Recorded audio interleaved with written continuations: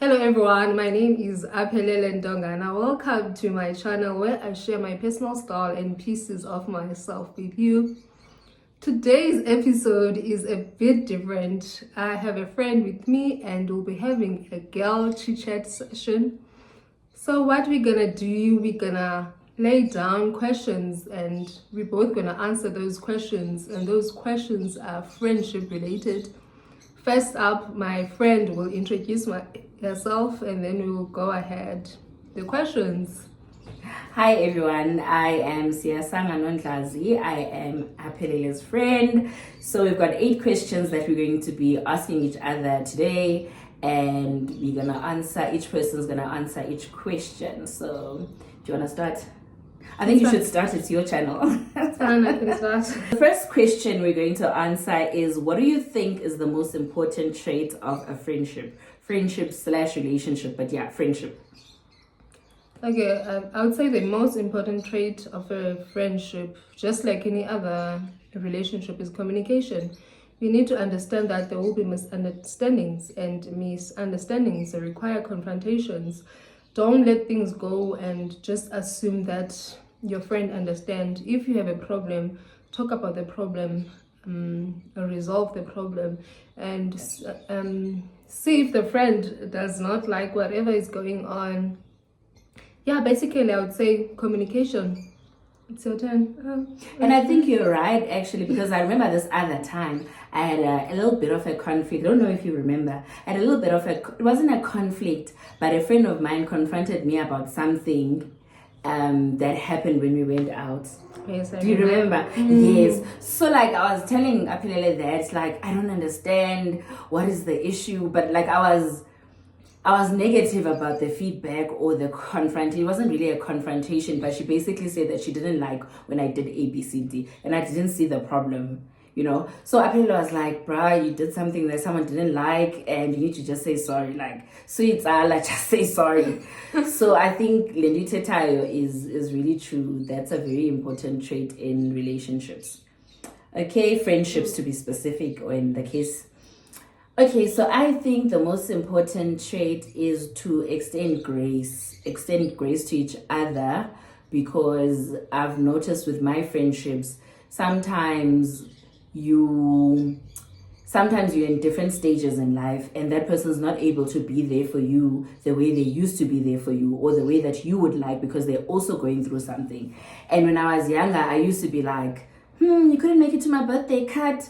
This person couldn't be, like, they're not invested as much as I am, cut. So, but now that I'm older, I'm realizing that sometimes I have a group of friends, main group of friends, and then some other friends on the side. So I've realized even within my main group of friends, sometimes you're closer with this person because you're in a different or in a certain stage, and in the next stage of your life, maybe you're closer with this person. So just extending grace and realizing that in a stage where you and I are in different stages in life and we might not be that close, I must still extend grace and understand the fact that you are going through your phase and we're still besties, we're still close, but maybe at that point in time we aren't able to be there for each other as much as we would like to. So yeah, I think extend grace. It reminds me of a debate that's been going on social media for some time, especially on TikTok, whereby these ladies will be talking about how they are friends, they're not in a same level or same so maybe same stage or level. Your friends would be asking you to go out, but then you don't have money to go out, so you get to a point where you feel like you don't fit in with your friendships because they'll be going along with other friends who can do the things they want to do. So I totally get you, and I totally get your point. Yes, and that's not a reason to cut friendship. Extend grace and understand that sometimes the other person is not able to, and it's okay. So that's the biggest thing that I've learned. So how do you think you have changed in the past 5 years? This is a tough one. Deep. Well, I definitely have changed a lot. First of all, I have grown a lot spiritually. My faith has grown. I'm definitely not the same person I was 5 years back. I have grown in growing in my spirituality has also allowed me to grow in other spheres of my life, including my career, including how I view friendships. Basically, my whole perspective of life has changed because of the person I've become. Yep. Okay, so for me, I think in the past 5 years, I have become more resilient and also have grown spiritually. I'm gonna steal that one. That should actually be number one. God, because God is number one. And then I've become more resilient, and I've become a little bit more of a risk taker. I've become a little bit more of a risk taker. I've become more resilient, man, to the things that I have to deal with in life. I think I'm the kind of person that I would always call my mom or call, like, can't go out or when I have an issue. I call people. I'm sure I'm that person that calls people. But I'm 2 hours. Yes, I'm that person. I still do it, but I think now I do it less. I've become more dependent on myself. I don't know whether that's a good or bad thing, because I also struggle with they call it hyper independence or something like that, whatever the term is, but being too independent and struggling to ask for help. So I think I've grown in that way, but I think most importantly, not stealing your one, but because God is number one. I think Definitely, we have grown a lot. We can't remain the same people we were. Like, it would be kind of weird. And the thing is about growth, it requires different perspectives in lives, like how you view things, and it also requires that to outgrow certain things and certain people. Some people might not understand that, but that's how it is. It comes with developing, and basically, I think. Okay, shall we go to question number 3? I think we're ready to go to that. Okay, what are your thoughts on forgiveness and holding grudges? Let's make this specific. Let's say specific to friendship, because it's a friendship chit chat. So holding forgiveness and holding grudges. I'm very big on forgiveness, not just on friendships, with just people in general. But when it comes to forgiveness, I think it also depends on what happened, on what was the situation. There are things that you just cannot forgive. There are things that you can just let go of. But there are things, like especially things that keep on repeating. Maybe you complain about something, but it keeps on happening. Then behavior doesn't change. Then definitely, that is a character trait that you cannot change about a person. It doesn't require forgiveness. Okay. What are my thoughts on forgiveness and holding grudges? I think on holding grudges, that's the easiest one. I do not hold grudges. I think I can't remember holding a grudge, or at least not for a very long time. I'm the kind of person that even if I'm upset, because they're kind of mobile and I love happy spaces, like I can't be upset for long. I forgive, but I don't forget. Definitely, I forgive, but I don't forget. I forgive, but I don't forget. I don't hold grudges.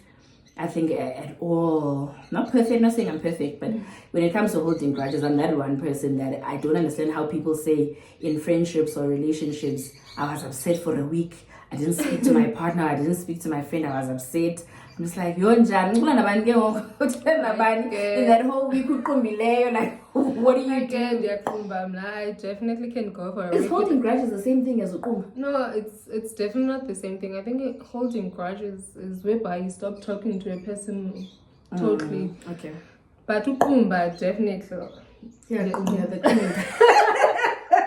The kuming type, because I want to made up. The kuming type in friendships or relationships. Both. I have kumbela, dude. You see, I'm kumba. Now I don't even know somebody called kumbi. What happened? Like, you don't tell the whole story. Like, tell Uma. God, December, we're supposed to travel together, and you left me behind. One kumbe. I didn't even know. Okay, I'm that's sorry. It's You know okay. what happened? I don't even remember what 10, but there's a valid reason why. Fine, I can't remember, Johnny. but anyway. I can Because I don't even remember. Okay, the next question is, what is the one thing you would like to be remembered for? You're in Africa. It's like one of those questions. For me, it definitely, I would like to be remembered for being myself, because I am very big on going after things that What you want. that I like, things that I want to do in life, including this YouTube channel. It's something that I've wanted to do for a very long time. So I was like, this year, it must happen, because I'm one of those people, like, I don't want to die with a dream. I don't know what's going to happen. Is it going to grow? Where is it going to take me? But let me just do it and see where it takes me. So for me, definitely be remembered for not being fearful, taking risk and going after the things that I want. Sure. This question is tough. What do I want to be remembered? What do I want to be? I think I want to be remembered for being a pleasant person to be around, that navigated life with a good attitude. Regardless of what I'm going through. Yeah, I want to be known as a good person, a kind person that navigated life with the best attitude possible, regardless of what I was going through. And I think the second thing would be, as a great parent, I'm a parent. I like, if there's one thing I'm going to leave behind, it's family. I'd want to be remembered as a great sister, a wonderful parent. Yeah, because family is the most important thing to me, honestly. So what my family thinks of me is the most important thing. Alrighty. Yeah. Okay, so the next question is, how do you find purpose and motivation in your daily life? What motivates you? What gets you up in the morning? What motivates me is the fact that I have bills to pay. I'm being honest. I have bills to pay. I have bills to pay, and the thing is, basically, I want to grow in my career, and I want to grow as a person. That what motivates me. I don't want to stay in the same position. When I look back and say in 5 years' time from now, I want to be able to say, wow, you have done very well for yourself. You are definitely not where you used to be. So I am motivated by the things that I want to achieve. I'm motivated by my goals and basically just being a better person, not staying in one position. Yep. So what motivates me? What gives me purpose and motivates me on a daily basis? I think it's the goals that I want to achieve, the things that I've set out for myself in all facets of my life, be it career, be it friendships, be it family, be it just personal development, whatever area of my life, the things that I want to achieve every day. I'm a big believer in vision boards. So I've got a vision board on my wall behind my door that I look at every morning. I'm like, I don't always achieve everything on the vision board, and I change it year to year and modify it a little bit, because I don't always achieve everything, like I've said. But what motivates me is the things that I want to achieve, and knowing that God is behind me 100%, that God will make a way, and knowing that He has made a way before out of things that I thought I wouldn't, things that I thought I wouldn't achieve, situations I thought I wouldn't walk out of, and I did. So I'm motivated by the fact that I know that I've got goals and ambitions, and I know God is behind me 100%. Question. This boy. What's the question? So okay, alrighty. Okay, but maybe I should also try having a vision board. But the thing is, I'm not being on journaling. It's definitely not my thing. I don't write down on anything, but I'll think about it. Maybe try having a vision board just to track where I am, how far have I gone. Right. Like mine only has pictures. Pictures of me in Mauritius and things like that. But okay, the next question is, what is the one thing you would I've asked this before. What is the challenge that you are currently facing, and how are you dealing with it? How do you define and pursue personal happiness? Okay, these are two questions. Let's answer the first one. What is the challenge you're currently facing, and how are you dealing with it? I think we can be general on this one. Do you have to be specific? I'm currently experiencing what? Yeah, If you know me well, you know that I love going to the gym. I love keeping fit, but I have found myself slacking lately, and I don't like that. I don't feel good about myself. Like this week, I only went to the gym once. At least you went. So I don't know what's going on. And to find the funny part is that the gym is like 500 meters away from me now. So I don't know. Maybe I'm lacking motivation. Yeah, I think that's the only challenge I can think of at the moment. Same. Funny enough, same. The very same thing. Those that have me on WhatsApp know I post everything, but I don't. I went once last week, and this week I didn't go to the gym, especially during winter. It's something I struggle with, I think. But for me, to be quite honest, weight in general, I grew up very, very tiny, and then over the years I keep on gaining weight every year. So one thing I struggle with is weight management. How I'm dealing with it is trying to eat healthy and going to gym, because I've tried a lot of things. You know, everyone in my life knows. But I've realized that nothing beats eating healthy and going to gym. That's like the only thing that is sustainable. Eating healthy and going to gym. You should try. The diet should be super only. I know. No thanks. Intermittent fasting. In fact, I'm gonna do a video about that. You should. Maybe. I'm gonna watch that video. But I know you're not gonna do it because you've criticized it over. I haven't criticized. I've just said I struggle with ungaki until 12. I think they're done. Ungaki until 12 is something I struggle with. Okay, can we move to the next question? Yeah, next question. Okay, the next question is, how do you define and pursue personal happiness? So how do you define personal happiness, and how do you pursue your personal happiness? How do I define personal happiness? How does happiness to you?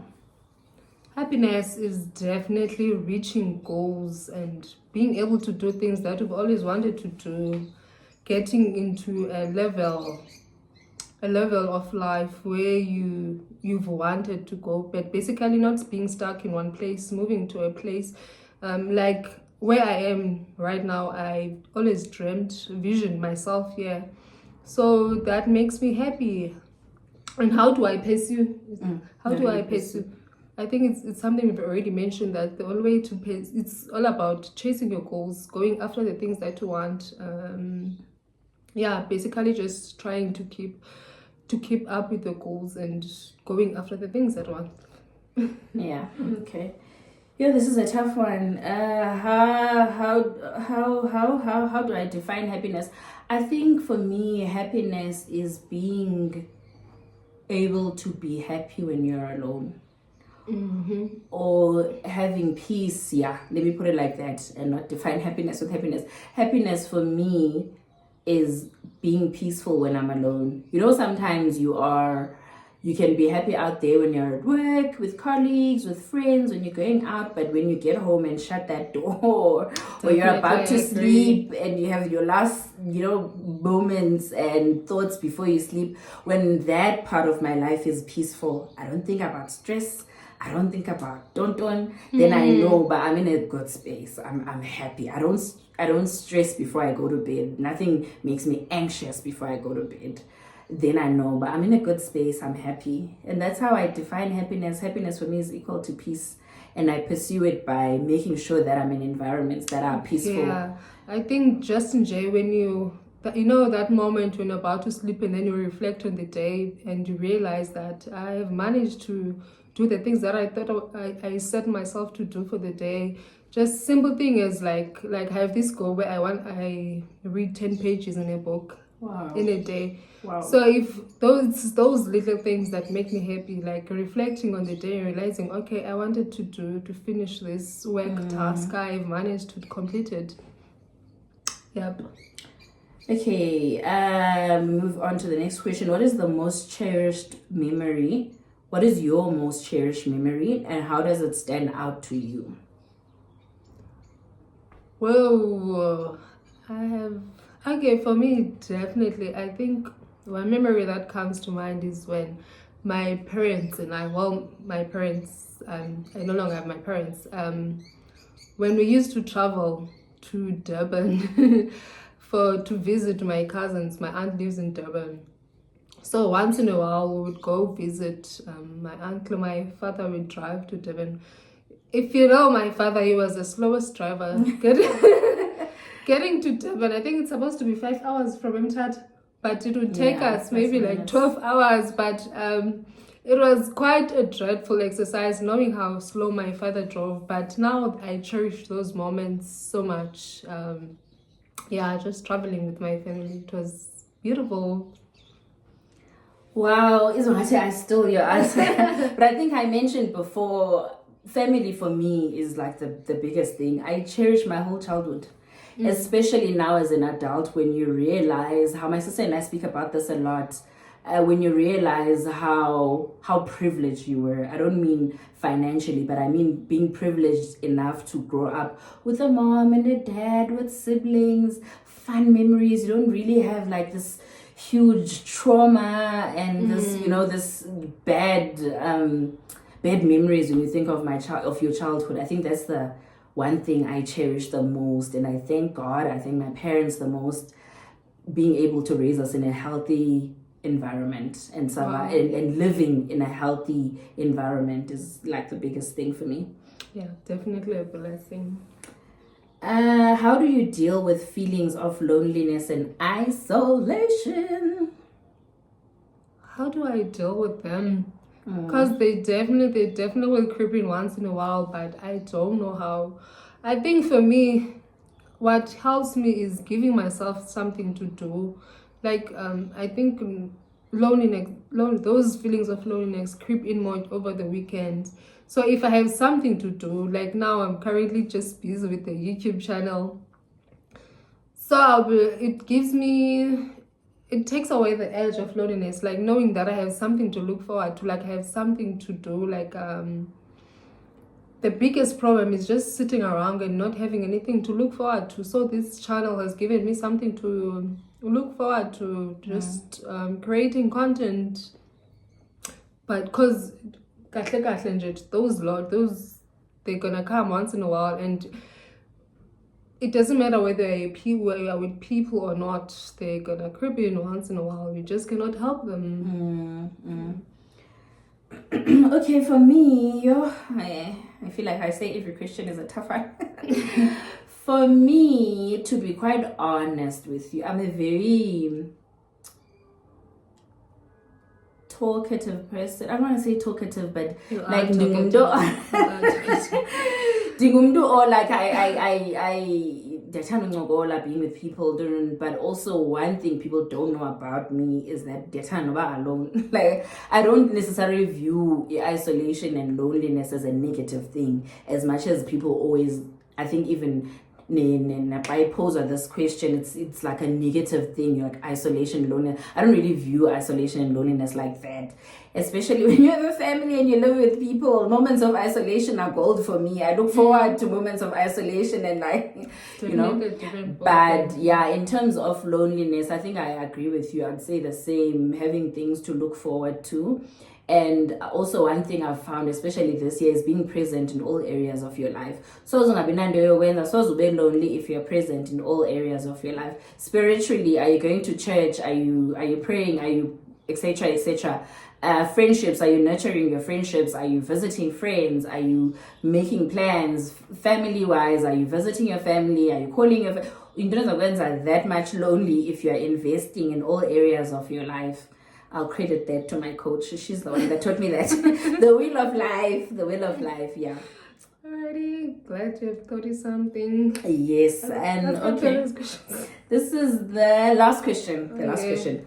What is something you wish you could tell your younger self? We actually went to primary school together. Then we didn't see each other for years. Then we became friends again when we started working in the same company. So that young Apelona and Maz, what would you tell her?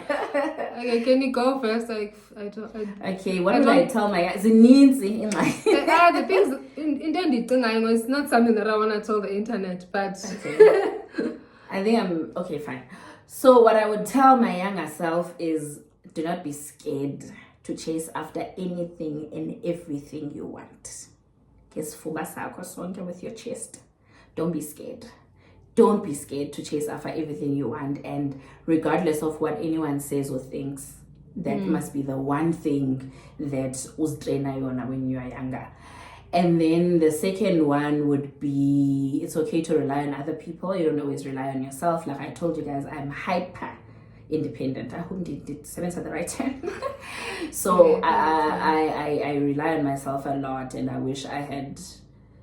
I wish someone had told me it's okay when I was younger, but I guess I'm that way because when I was younger, I was always independent. And then I think I'll say 3 because zininzi. And then the last one is nurture your relationship with God.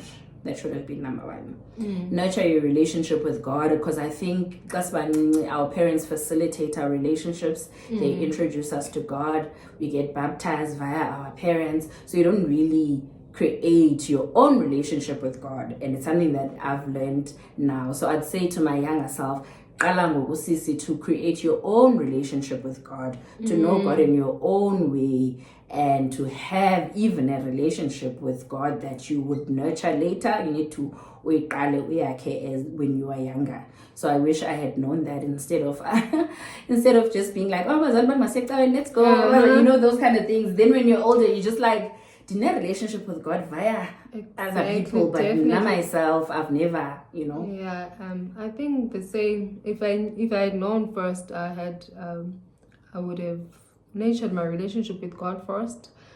Another thing, told myself that there's nothing to be scared of. Thirdly, just go out of your comfort zone to achieve the things that you want. That one I like. But are they 2Ks? Yeah. They're not 2Ks. Come on, they like when you're eating, you ate that friend. You ate that friend.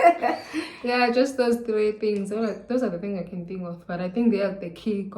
You need God and go after your dreams. There's nothing to be scared of. There's nothing impossible. As long as you set your mind on the things that you want, it's possible. You can achieve them. Yep. That was okay, that's the last question. All right. Thank you so much for tuning in. Please do not forget to like, comment, and subscribe. I would really love to hear from you, because I felt some parts were kind of cringe, because usually like I go through my scripts, like I know beforehand what I'm going to say, but this time around is a bit different. But I must say I kind of enjoyed it, and I think it's gonna do well. I think your video is gonna do so well. I think you did great, friend. I think more than anything, I am so proud of you. I'm taking the opportunity, since I'm on the channel, I'm taking the opportunity to say how proud I am of you, my friend. Like, we've been speaking about this, and you've finally done it. Like, I feel like 2025 is your year of breaking through the ceiling, breaking through the you that was scared. Let's use past tense, that was scared. But now you're finally you're chasing your dreams 100%. And I'm so proud of you, girl. I'm so proud of you. And hey guys, comment, subscribe. Alrighty, thank you. That's all. I will see you on the next video.